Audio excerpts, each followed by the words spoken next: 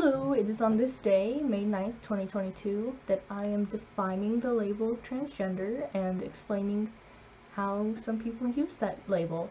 So, the most widely accepted definition of transgender is as a label that people can use if they have a gender that is different or apart from the sex they were assigned at birth.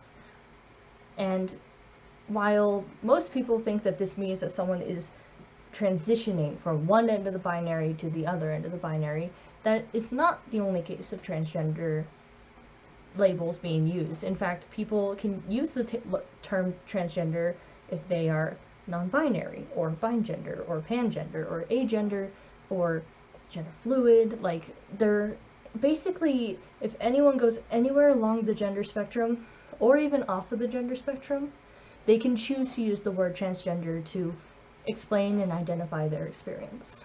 Now, there is something to note here that not everybody who is in those labels I listed like having the word transgender being used to describe them.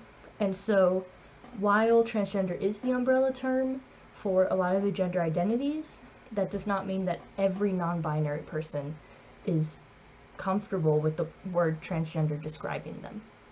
And so, if someone does come out to you as transgender or any other gender label, then just listen to what terms they use and use the terms they tell you, rather than assume other terms based on what they give you. So, that's the first piece of advice for today, I suppose. And next we'll get into terms. And so, there are some terms you may hear here and there. A good example would be AMAB or AFAB. AMAB means assigned male at birth, and AFAB means assigned female at birth. And these terms are usually used by transgender people, or maybe about transgender people in certain contexts. It helps clarify something sometimes. A good example would be if you have an ID that has your sex on it, and they look at you and you're like, you can use the word AFAB, or the definition of AFAB, to explain my sex is separate from my gender, and it's fine. So that's just one example. There's many contexts you can hear it in. It's also kind of a way to not assume anything about someone's gender, but there's a wrong way to do it, and so I think that will be covered in another video. Continuing on, another really big thing to note about the label transgender is that no transgender person has to experience dysphoria, has to want to take hormones, has to feel a need for surgeries, and not even every transgender person has to have pronouns other than the ones that are associated with their sex. So really, any person can identify as transgender no matter what their experience is. And that really, really, really needs to be noted by people.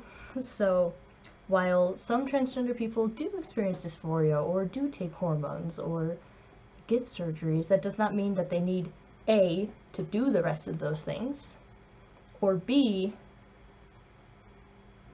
need to do those things in order to be transgender, because people can be transgender without any of those things perfectly fine. So that is a very important thing to note. And the last thing I want to note in this video is that there is a phrase that you can hear in certain circles, and sometimes frequently in our community, that goes along the lines of, "you are born transgender." And I wanted to address this opinion, this phrase, in a kind of open way. So, this is my opinion, and you are free to state your opinions or correct me on something you think I said wrong in the comment section below, as long as it's done respectfully, obviously. But my opinion on using this phrase is that it can kind of exclude certain people's experiences. Not every transgender person feels that they were born transgender. Shocking. I myself am of the opinion that I grew into the person I was, and that I wasn't born the person I was, and so I don't think I was born transgender, but I also don't think I was born female or male in terms of gender. I think that you're not born a gender, I think you're not born with a sexuality. I think you grow into those things and just become the person you are. Really, the reason we say the phrases like people are born their sexuality or born their gender is to just drill it into people's heads, people who don't understand the LGBTQ plus community or aren't like supportive of the LGBTQ plus community. We need to get them to understand that for a significant amount of our community, these things are not a choice, it's just how we are. And so we will say things like that to just make them get the point.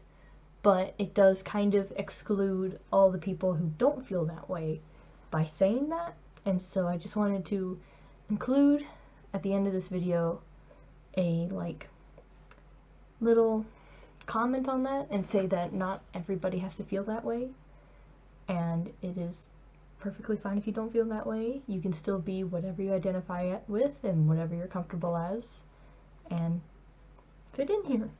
So I just wanted to add that right at the end there. Again, if you disagree or have a different take on that, feel free to comment below. I am sure I did not word that the best I could have, so correct me. I'm perfectly fine with that. I'm open to people telling me what I did wrong, and so I can learn. That is the end of this video. The biggest takeaway really in the long run is that don't assume labels for people, and if someone tells you something, then use their descriptions that they prefer for themselves. And also, the real big takeaway is that anybody can be anything, and it's perfectly fine and valid. It's what really matters is what they are comfortable with, and just, you know, one thing doesn't have to mean another thing. So let people experience their experiences as individuals, and just remember that labels are a way to help talk about these things and talk about our identities, but that doesn't mean that they are a definition for that identity. So that is all I had to say. I will see you guys soon. Goodbye.